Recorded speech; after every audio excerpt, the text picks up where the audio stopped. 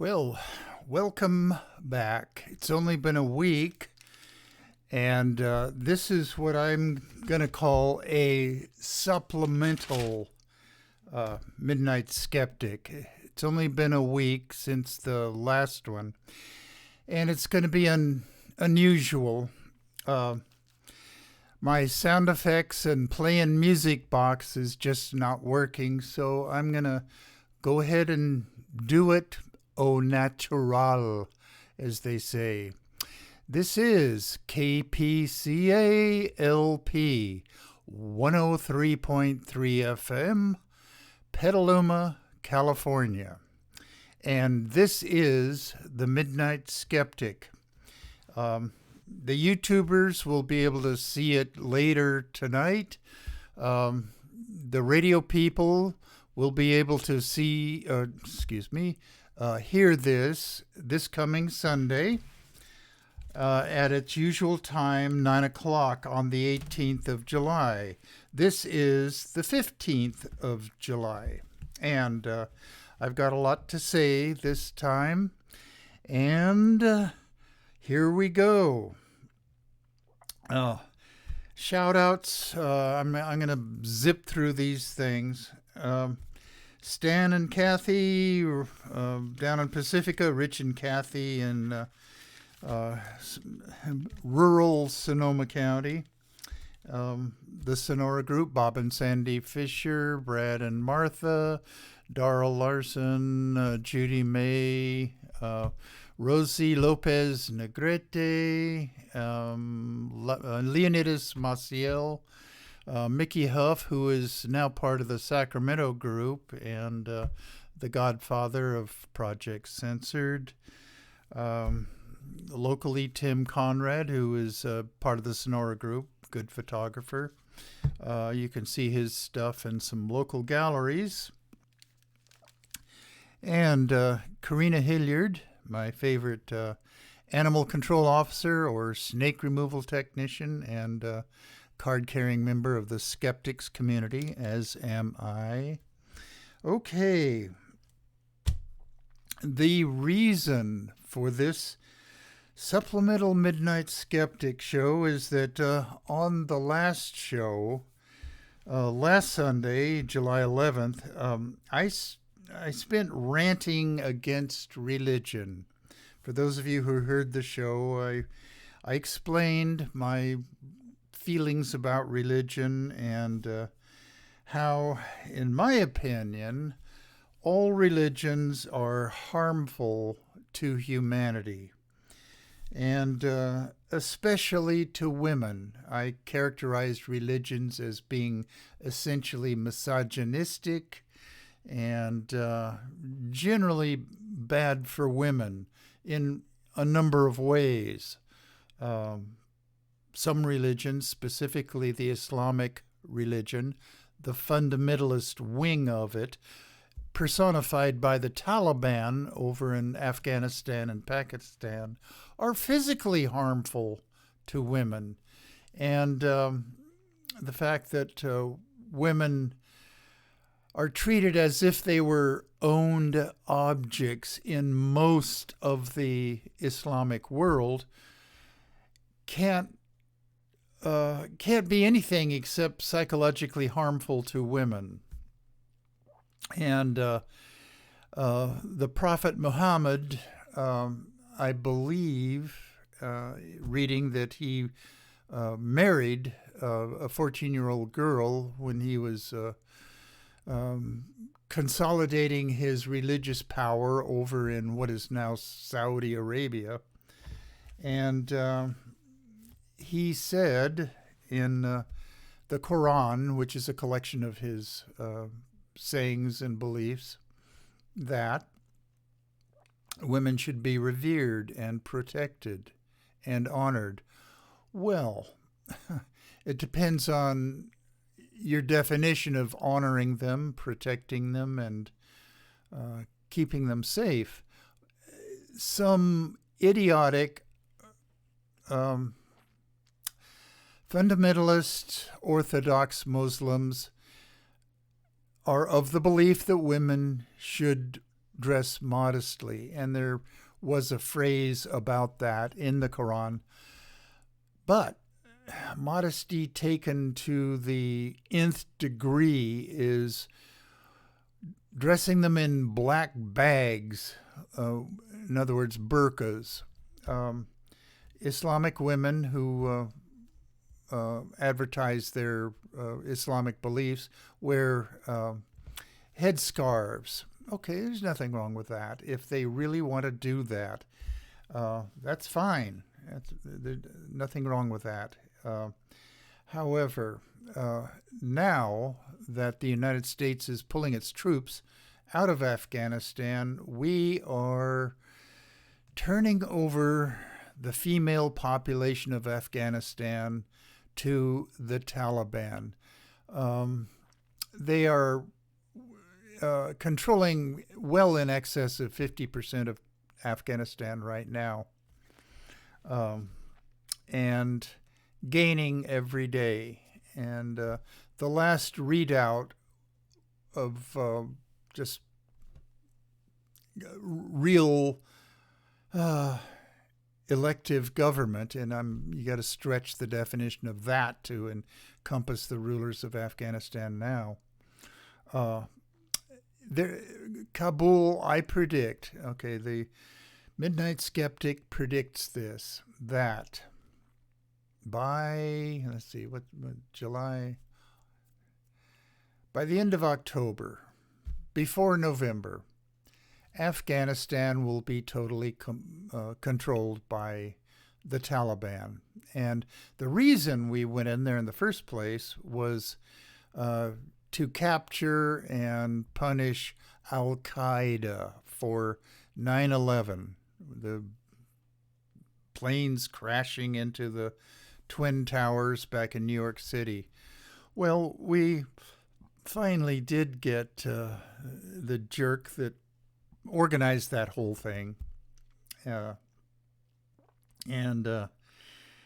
So 20 years later, here we are. We're pulling the last of our troops out, and I'm of mixed feelings. Okay, I got off on a tangent here. I didn't mean to. It's away from what I meant to be talking about tonight. Okay, religion, bad for women, and last show I went through all different kinds of women. Ultra-Orthodox Judaism, Buddhism, Hinduism, how they're all harmful to women. Okay, and what I want to talk about today is the more I read about this and the more discoveries that are made up in Canada about these Canadian Indian residential schools, the more horrified I become. And I talked also on the last show, which was number 25. No, that wasn't the last show. This actually, if you numbering it, is going to be show number 28. And it's a supplemental show. Usually the Midnight Skeptic is every other week. The last Sunday show on the 11th will be repeated on the 18th, but the 18th this time is going to be a brand new show. This show that I'm recording right now. Okay. I talked about on show number 25, okay, that's 3 shows ago, on Sunday, June 10th, briefly. I didn't go into it in depth, and somewhat in a disorganized way. You know, this show here is beginning to sound a bit disorganized. Well, it kind of is. I've thrown this together about Canadian Indian residential schools and the religions, mainly Catholic, that were charged with running them. Okay, the residential school program began in the mid-century, 1800s, 50 or so. They set up a series of so-called residential schools to which First Nations children were forced to attend, with the idea of assimilating them. Now, that's a nice word. Well, who doesn't want to be assimilated into the culture and the area in which you live? Okay, but assimilation means cultural genocide. That's the term I apply to it, and some others have. I'm not the only one who has noted this phenomenon.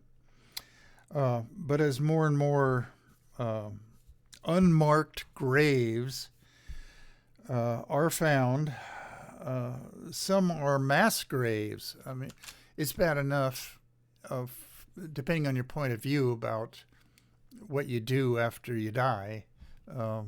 Personally, when I kick these mortal coils, I just want to be cremated and have my ashes planted out in the woods somewhere hopefully it will nourish some tree if it could be planted over my ashes. Anyway, mass graves have been found. In other words, big holes in the earth that bodies were just dumped in, meaning the First Nations children's bodies. Okay.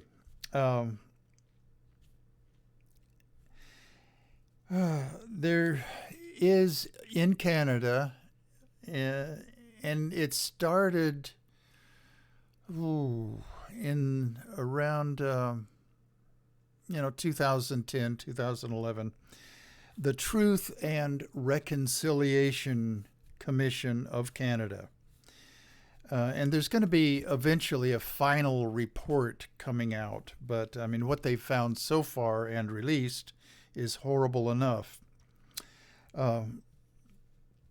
But since all of these unmarked graves and mass graves on the sites of these long abandoned, well, actually not that long abandoned, Indian residential schools, I just have to talk about this. And mostly they were run by the Catholic Church. There was, give or take, about 150 of these residential schools. The worst of the bunch was St. Anne's, which is in Ontario, and on the shores of Lake St. James, which is a little finger sticking down from Hudson Bay. Okay, I will get to that in a little bit. My thousands and thousands of listeners need to hear about this, as disturbing as it is. Anytime you put children together with priests and nuns in Catholic-run institutions, there will follow, as sure as night follows day, sexual abuse and corporal punishments of the worst kind. Now, the most disturbing thing that I ran across, and let me get this one out of the way first. Elder, by elder, I mean she's an older lady, Irene Favel, Favel. And I'll give you the YouTube site where you can go and listen to her testimony for yourselves, as horrible as this is.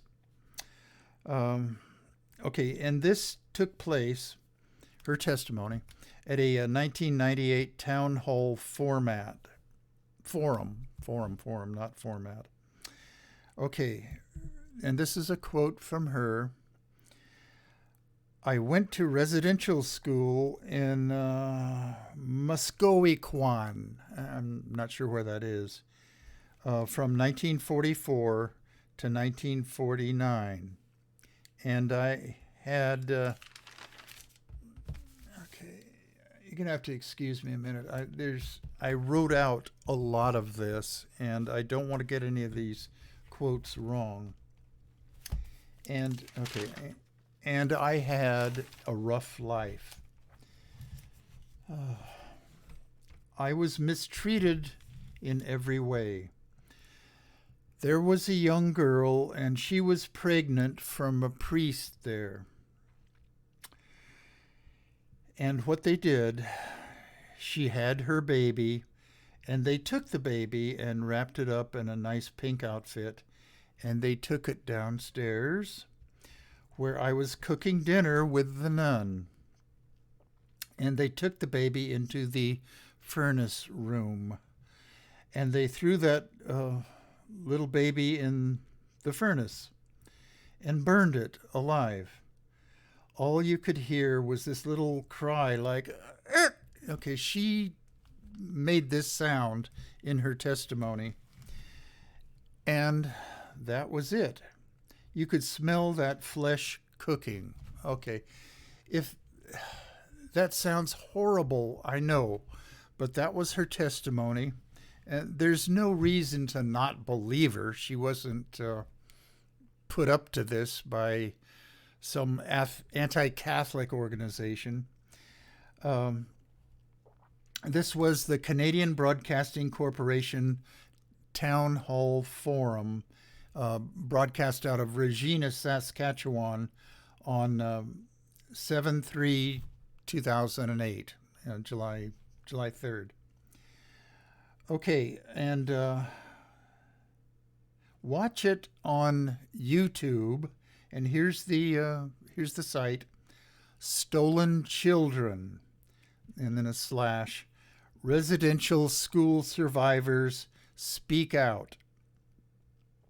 And it was convened, this forum, on June 2nd, or no, it was finally broadcast on June 2nd, 2015. She's a believable lady. She's in her late 70s, early 80s now. And damn it, when I was watching this, I didn't think to write down her age, but she's an elder citizen. Excuse me, I gotta take a sip of water here.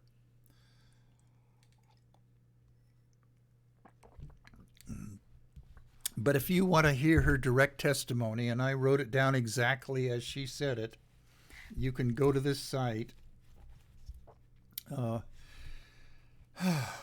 And here's the snarkiest comment that I can come up with about this and about the Catholic Church and their beliefs. And I promise you I won't ever say anything this snarky again about the Catholic Church. At least this little girl didn't have an abortion. I'm sorry. I apologize to my listeners out there, but okay. Now let's see. This is a direct quote said in 1920 by Duncan Campbell Scott, Deputy Superintendent of Indian Affairs of the Canadian government. Quote, Indian children in the residential schools die at a much higher rate than in their villages. But this does not justify a change in the policy of this department, which is geared towards, and are you hanging on to something? Which is geared towards a final solution of our Indian problem. Oh boy, does that ring out in Nazi Germany circles. Canada had its own Indian problem, the solution to which they came up with a final solution. Horrible. And that's a direct quote because he's on there too. watch on YouTube. Okay. Reckoning at St. Andrew, excuse me, St. Anne's. APTN investigates 4/13/2018. St. Anne's, which is located in Fort Albany, Ontario, which, like I said before, is I don't know how big of a town it is, but it's right on the coast of St. James Bay.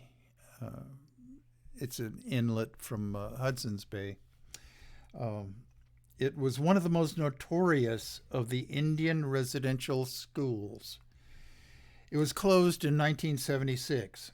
In 1992, and I'm going to have trouble pronouncing this, Edward Metatawaran,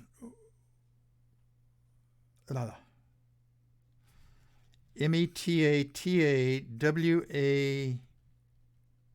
okay, BN. Okay, my handwriting failed me yet again. But anyway, this guy was testifying. He gathered survivors to speak about the abuse they suffered.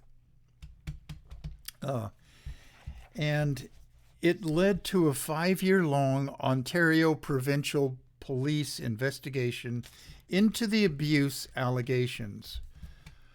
Over 700 former students were interviewed, and 900 statements were taken detailing the abuse.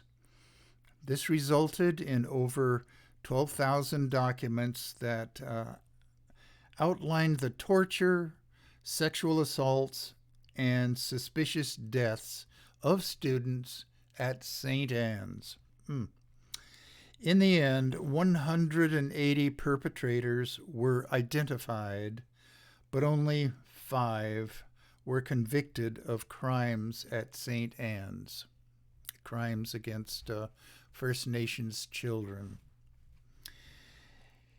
In 2008, the Canadian federal government apologized for their role in the residential school system.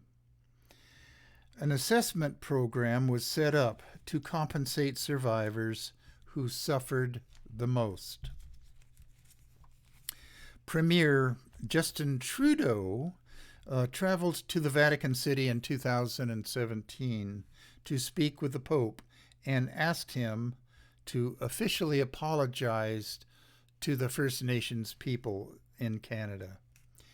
He did not, but I want to assure all my listeners out there that the Pope was officially saddened. Oh, I feel sorry for the Pope for being saddened at hearing all of this. As I said in my last show, it is my sincere belief. That phrase comes up a lot when quote-unquote religious people defend their prejudices.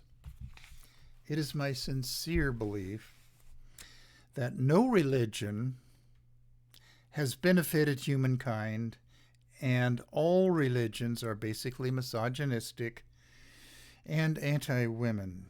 Maybe there is a few exceptions to this. I have no illusions of me being an expert on the world's religions or anything. I just know the ones that I'm familiar with, and they can't be all bad 24/7. There's got to be some good things about some religions. The worst of the worst are the Orthodox, who owe fealty to the worst of what, in their opinion, God has told them to do. And Canada, it sounds like I'm picking on Canada, and sure, they did some horrible things in their country's history, and they are making some attempts to atone for it. There's no way that all of that stuff can be atoned for, but they're making an attempt, which kind of brings us brings me on this show talking about all this stuff to the 1619 Project, which Republicans are freaking out over. 1619 was the first year that slaves were imported into the colonies, specifically the Virginia colony around Jamestown. This it was a Dutch ship that had stolen some slaves off of a Portuguese vessel, and they were slaves were a commodity, just like chests of tea or gold doubloons, and 20 of them were bought by the Jamestown colonists. And I can't remember the academic lady that came up with the 1619 Project, but it was sponsored by the New York Times. And, should our kids in school be taught these facts? The Republicans, those sweethearts, they claim that it will further divide us. Well, we're divided now. There's Trumpers and there's normal people. Normal people who are not afraid to learn about and deal with bad things that happened in our country's history. And there were bad things. And I consider myself to be a patriot. And I think our country, with all of its flaws, is one of the best countries in the world to live in. And it could be better. And we're a work in progress. We're not, as a MAGA head would say, we're going to be great again if it weren't for the fact that Obama, that Nigerian non-citizen black guy, was our president for 8 years. He just tore this country down. I'm paraphrasing what the MAGA heads would say, but they've said a lot worse things than that about Obama. But then here comes the previous guy, and for his 4 years, which in his mind are not over yet, to make America great again. MAGA. So anyway, I personally, and most liberals and progressives and Democrats, can deal with the fact that we did make mistakes in our country. In a lot of cases, worse than what happened in Canada. Okay. I'm off the track again, and I'm riffing. What did I write down here? Okay, and Canada is not an evil country.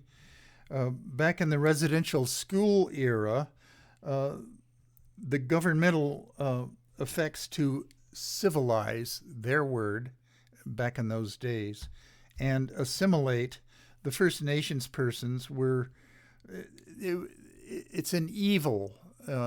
Cultural genocide is an evil. It doesn't make a country that did that an evil country. That practice of cultural genocide, the Midnight Skeptic classes as an evil. Okay.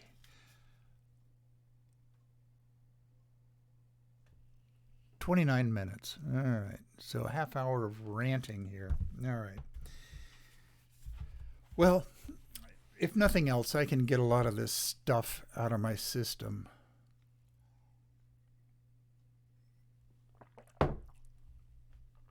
Okay. And, I got an email from my brother, and I forget exactly how he worded it, but it's on the timeline of the Midnight Skeptic, and I announce what I'm going to be talking about or ranting about on the next show. And then he said, "Why you? What set you off on hating the Catholic Church?" Well, this, among other things, among things like being anti-LGBTQ, about anti-women's right to control her own body, misogynistic practices in the church where there will never ever be a woman in the Catholic hierarchy. For those reasons, I guess he's right. I do kind of hate the Catholic Church. And Protestant denominations that I've talked about on the last show, they're not much better. Let's see. And other Protestant denominations who took part in it.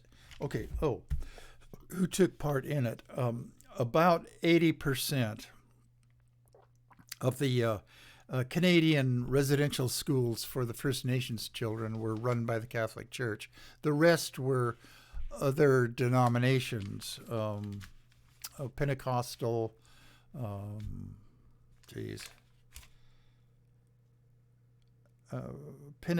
Pentecostal, Methodists, Baptists. They all had a couple of them, and so they taught them, their ways of how they thought that God wanted to be worshipped. On some of these YouTube sites, they have these pictures of altar boys, Indians in their altar boy outfits, sitting and smiling with the priest right in back of them. And I don't know, they came up with a lot of propaganda as to how these were just normal schools, and the First Nation kids were these happy school kids swinging on swings and playing jump rope and everything. You can watch these on YouTube yourselves if you have a mind to. Okay, now, 2021, China is doing the same thing. China is using some of the residential school techniques to civilize and assimilate minorities in their own country. People who would complain about the United States and Canada treating our minorities badly, the Chinese tend to gripe about what we've done and say that we are acting holier than thou when it comes to treating their minorities. The latest issue of Time magazine, let's see, I've got it here.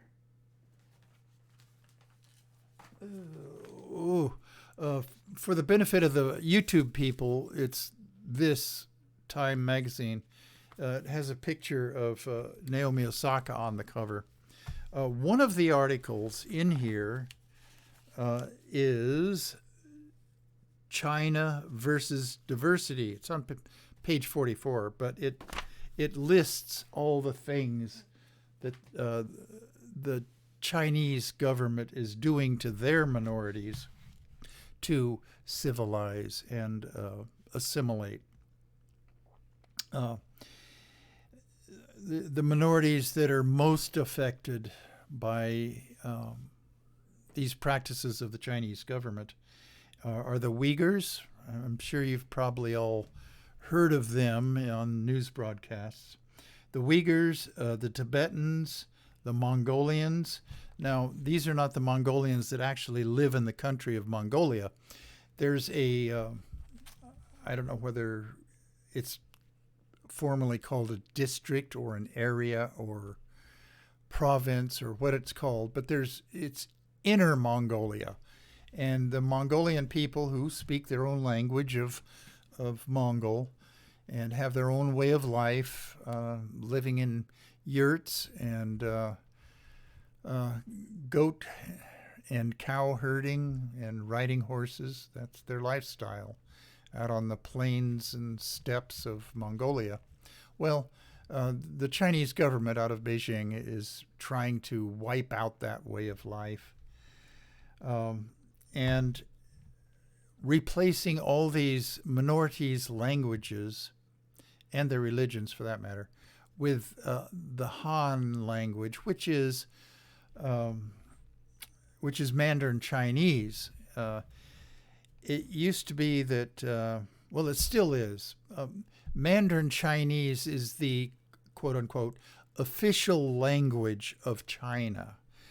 And the Chinese that immigrated to this country or came to this country to help build our railroads and settle down, get married, and have kids, most of them came from the area around Canton, and their language is Cantonese, and it's slightly different. Well, it's more than slightly different. If all you spoke was Cantonese, you would not be understood by Chinese officials or government officials that spoke actual Mandarin Chinese. With a bunch of my friends, my wife and I, my late wife, back in 2007, I believe, it was the Beijing Olympics were being held in 2008, and we went there right before the Olympics, where vast tracts of Beijing were just being bulldozed to the ground to be replaced by Olympic villages and high-rise apartments for the displaced residents of these towns.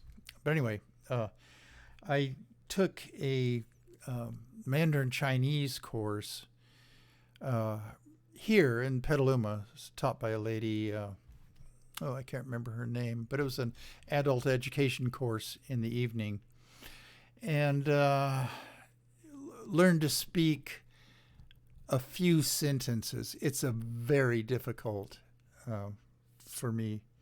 Well, it's a difficult language for anybody to learn who's not schooled in Asian languages, but the Chinese that I worked with here way back in the day when I was working in San Francisco at a drugstore, a large chain drugstore, they spoke Cantonese, and I remembered a few choice phrases from them, but they were just nothing alike, Cantonese and Mandarin Chinese. Okay.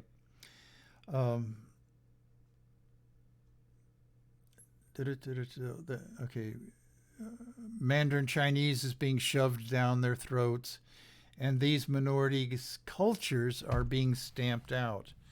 The Uyghurs are Muslim. That's their religion, and the Chinese government is having none of it. So they're rounding up some of the Uyghurs and putting them into re-education camps and sending their children to, they don't call them residential schools, but schools to where they can have the Islamic religion drummed out of them. And the classes in these schools are conducted only in Mandarin Chinese to Hanify. H-A-N is the name of their ethnic group. And I really don't know what it is or where that term Han Chinese comes from, or how a Han Chinese could distinguish themselves from a Sichuanese or a Yunnanese or any other district of China. There's a whole lot of local languages within the country of China. Okay, one final note, and I'm going to be riffing after I get through all of this. One final note. The United States had its own version of residential schools. In fact, I think they call them residential schools. I talked about them on a show number 26 on June 27th, along with the story about this Pima Indian kid who was sent to, oh boy, I can't even remember my own shows, what I talked about. The school's name back in Pennsylvania, where he became an Olympic track star. And anyway, Deb Haaland, who is the first Native American of either gender to hold a cabinet position, she is, if she hasn't already, she's going to be commission a study about abuses in our residential schools, and I'll talk about them later. I've got to do some research on this to see who's going to be involved in it. I doubt that any Republicans will be involved in it. Republicans are okay. This is another new topic. Republicans are afraid of critical race theory. That's the latest thing that have been plucked out of the firmament by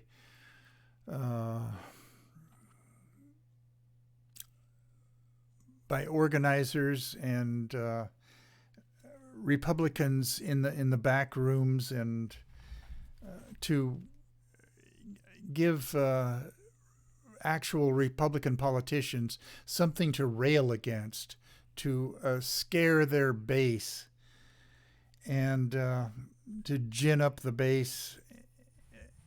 Okay, it's CRT, and Fox News is their official party outlet.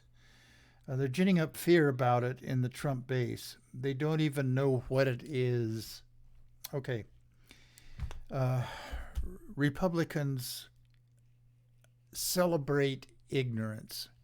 If you were to ask a typical Republican, Ted Cruz or Marco Rubio, what is critical race theory, they wouldn't be able to tell you. Critical theory, stripped of whatever word is between those two words, race or gender or class or whatever. There is such a thing as critical class theory and critical gender theory. Critical theory, just by itself, is an economic/legal theory about power structures in a country. Mostly our country, but it's applied to European countries as well. Excuse me, I have to take another sip of water here.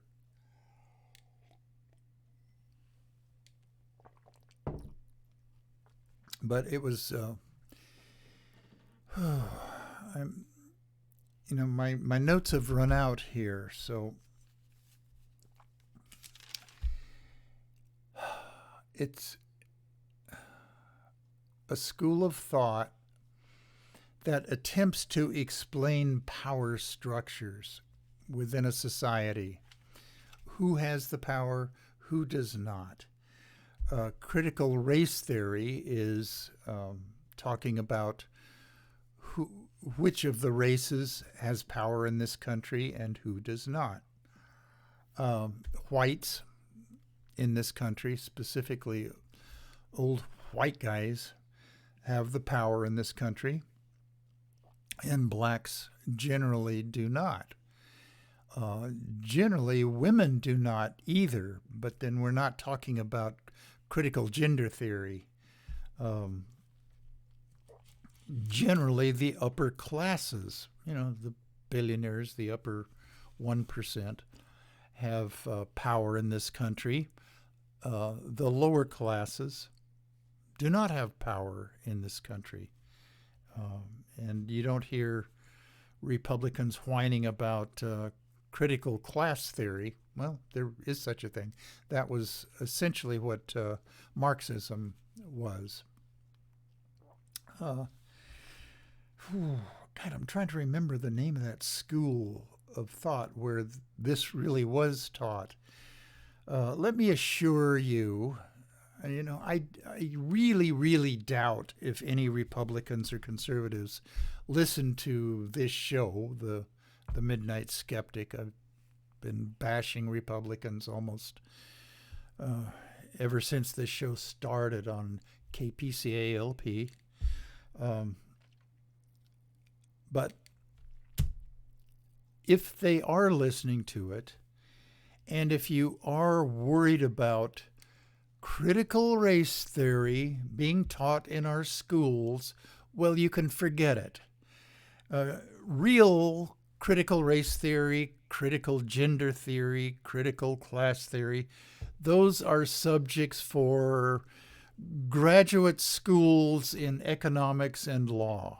So we're not going to teach it to, our little Freddie and Judy in 6th grade. But as a history major, which I was, I think it's quite important that real, honest-to-God history is taught to our high school and middle school and even some grammar school years, 4th, 5th, 6th grade, that in this country there was slavery for a long time. And specifically, it was blacks that were enslaved. In other words, literally kidnapped from Africa and shipped over here as part of the triangular trade. And it wasn't just our country where we had slaves. The Spanish, or New Spain, which encompassed the western states and Mexico, Central America and South America, they had slaves until Mexico outlawed it in 1823.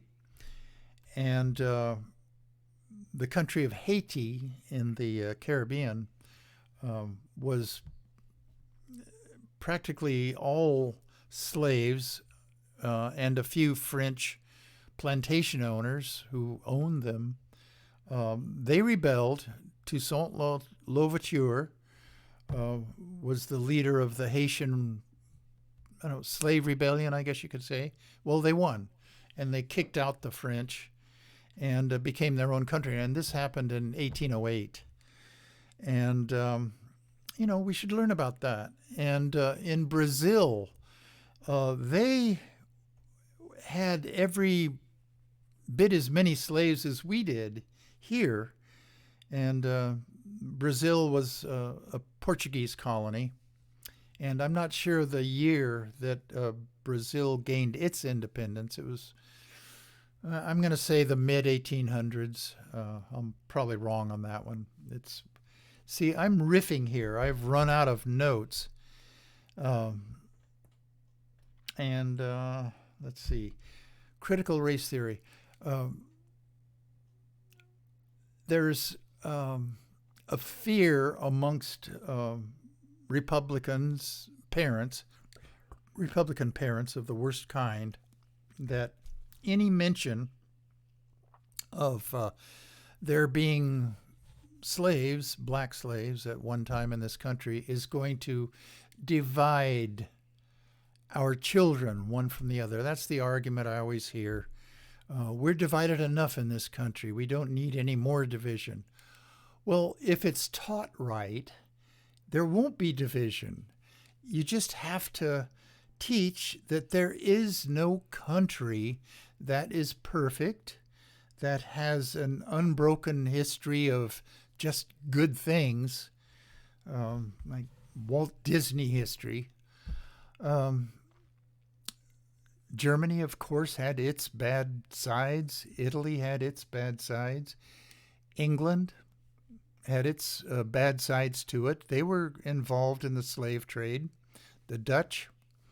Let's see, what can I think about?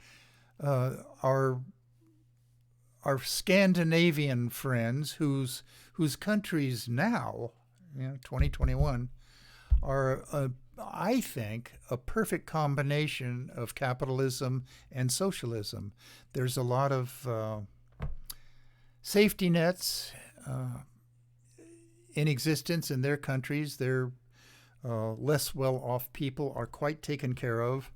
Women are taken care of because they have their freedom to control their own bodies, their own desires to get out into the workplace and work. So I'm talking here about Denmark, Norway, Sweden, Finland. Finland always comes out on top on these surveys of who has the happiest country.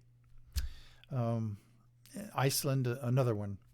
But the Vikings back in the 800s, 900s, 1000s, 1100s were horrible predators on the rest of Europe and on into Russia and down into the Black Sea, and they raided the.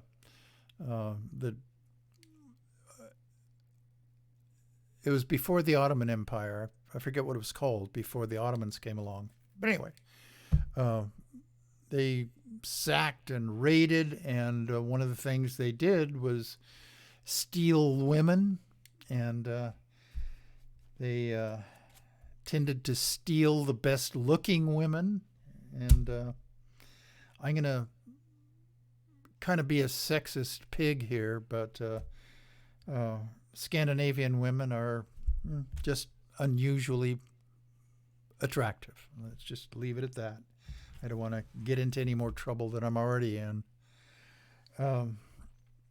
So anyway,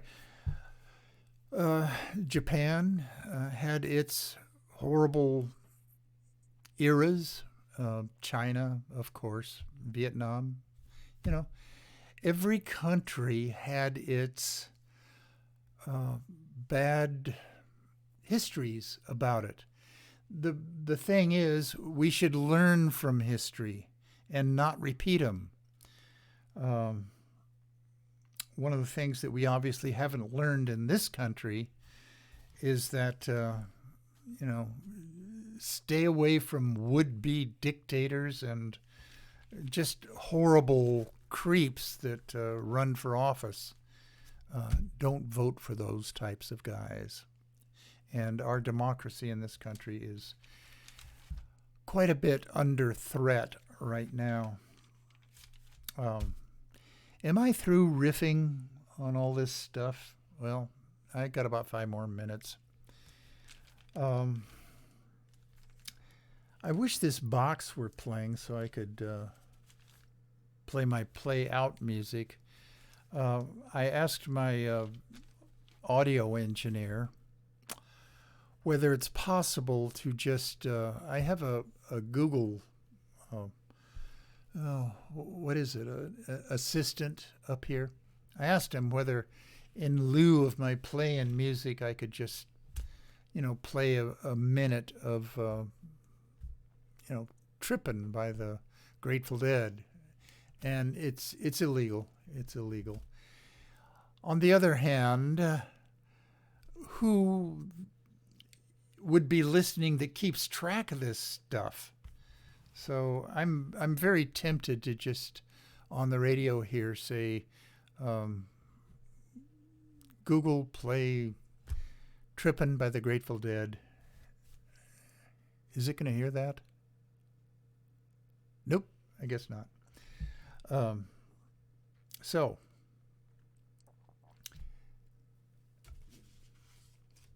I have a couple of articles here that are on topic. Oh, okay. Well, here's the article where's my glasses? Oop, put the paper on them. Okay.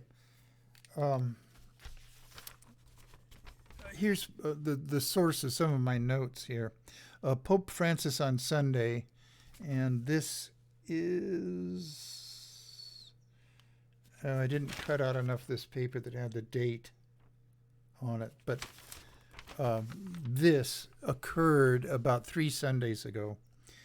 Pope Francis on Sunday expressed sorrow over the discovery in Canada of the remains of 215 Indigenous students of church-run residential schools, but didn't offer the apology sought by the Canadian Prime Minister, Justin Trudeau. This was, I told you about his trip to the Vatican.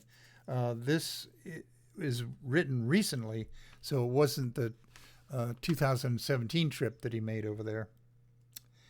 Pope Francis, in remarks to the faithful gathered in St. Peter's Square, called on political and church authorities to work to shed light on what he called this sad affair. Well, talk to the First Nations children that are covered up with dirt on the grounds of these schools, and called this sad affair and to foster healing. 2 days earlier, Prime Minister Justin Trudeau said he was deeply disappointed, as am I, that the Vatican hadn't offered an apology, and called on the church to take responsibility. Oh, heavens. You might as well ask God to take responsibility. From the 19th century until the 1970s, more than 150,000 Indigenous children were forced to attend state-funded, well, the Canadian government paid for the schools, but they enlisted the help of religious people, mainly Catholics, to run the schools. Big mistakes. You're giving young children to priests and nuns. That's just asking for it. The majority of them run by Catholic missionary congregations in a campaign to assimilate them into Canadian society. Ground-penetrating radar was used to confirm the remains of the children at the, this article was specifically written about the Kamloops residential school in Kamloops. That's a town in British Columbia. Last month, the school was operated by the Catholic Church from 1890 to 1969. I wonder why they weren't running it after 1969. It couldn't be that their evilness was discovered. The Canadian government has admitted that physical and sexual abuse was rampant in the schools, with students beaten for speaking their native languages. Cut ahead now to China, doing the same thing with the Uyghur languages, the Mongolian languages, and the Tibetan languages. I follow with sorrow, this is a quote from the Pope, I follow with sorrow the news that arrives from Canada about the upsetting discovery of the remains of 215 children. He's talking about the Kamloops school. This sad discovery increases the awareness of the sorrows and sufferings of the past. Well, okay. Good sentiments. I guess that's all you could possibly expect the Pope to say. Okay. Well, like I said before, KPTCA LP 103.3 FM here in Petaluma, California. They cut me off at 58 minutes, whether I'm through ranting and raving or not. Well, I'm through now. And normally I would play my play out music, but I'm going to have to get my sound effects and play in music box looked at by my audio engineer, Dennis. And he's remarkable about being able to fix things like that.